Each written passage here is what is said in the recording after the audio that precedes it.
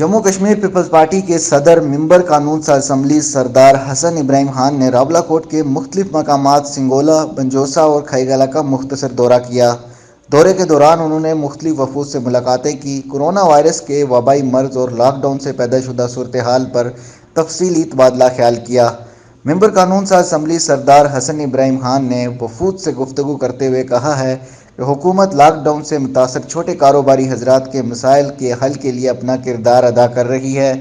عوام سے گزارش ہے کہ وہ ہر صورت احتیاطی تدابیر کو اپنا شعار بنائیں۔ اگر ہم نے احتیاطی تدابیر پر عمل نہ کیا تو اس کے خطرناک نتائج سامنے آئیں گے۔ حکومت آزاد کشمیر اس حوالے سے مناسب حکمت عملی اور منصوبہ بندی ترتیب دینا ہوگی۔